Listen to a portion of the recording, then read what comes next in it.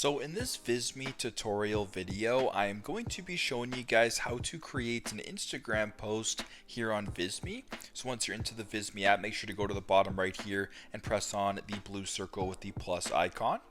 Then once you're under project type, I want you to go ahead towards the social media. So the top level right here, right in the middle, it's a social media. Simply just press on that.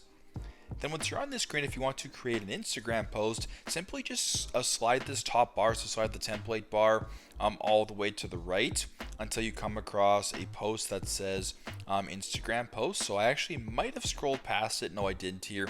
Instagram post right here. So it's 1080 by 1080, a nice square. Just simply go ahead and press on that.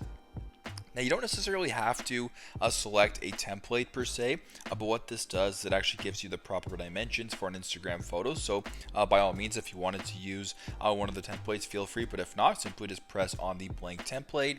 Then this way you can upload your own photos, your own pictures or whatever, and sort of edit them however you may wish, but pretty straightforward. This is how you guys can create an Instagram post here on Visme on the mobile application. Thanks again for watching, and I hope this video helps.